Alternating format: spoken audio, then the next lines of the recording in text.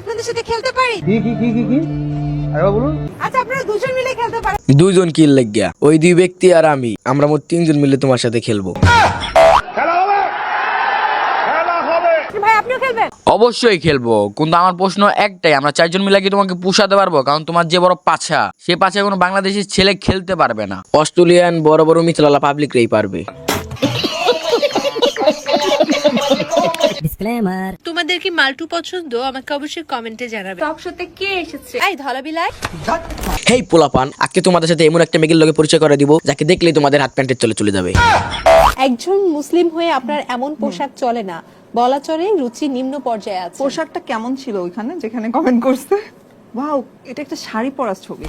Wow, sari পরা ছবি, যেখানে তার শরীরের বিশেষ বিশেষ পাত দেখা যাচ্ছে। সেখানে অডিয়েন্স কমেন্ট করছে যে এটা কেমন রে, সে বলতাছে শাড়ি পরা ছবি। আমার চ্যাটার বাল হাত ফালা কথা। এই মাইয়ার কথা শুনে দেন, ওর ড্রেস দেখে আমার এতটুকু বোঝা কমপ্লিট, ও কত বড় খানকি মাগি। তো এই হোস্ট যেভাবে তারে বলতেছে, মনে হচ্ছে সে জান্নাতি পোশাক, এই মেয়েটা অশ্লীল পোশাক পরে। তো চলো তার জান্নাতি পোশাক দেখা যাক। এই যে তার জান্নাতি পোশাক, যে জান্নাতি পোশাকে তার হোগার সাইজটা দেন, হোগার মাপটা পুরো ক্লিয়ার ভাবে বোঝা যাইতাছে।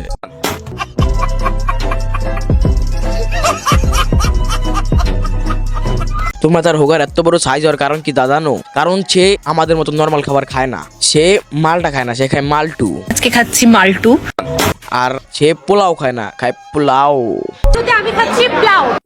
এই ভিন্ন ভিন্ন খাবারটার জন্যই তার গোয়াটা এত বড়। আসলে ভাই আমরা মালটুও খাই না, পোলাও খাই না, তাই আমাদের গোয়াটা একটা ছোট্ট। কিছুদিন আগে একটা ভিডিও দেখলাম রাহাতের বউ, যে তার গোয়ার সাইজ অনেক ছোট্ট।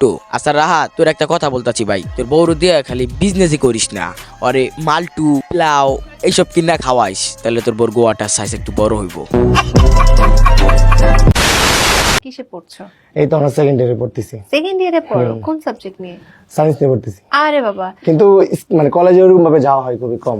কোন সাবজেক্ট নিয়ে পড়ছো? সায়েন্সের স্পেসিফিক কোন সাবজেক্ট নিয়ে? স্পেসিফিক সাবজেক্ট হচ্ছে আপনার সায়েন্স নিয়ে পড়তেছি।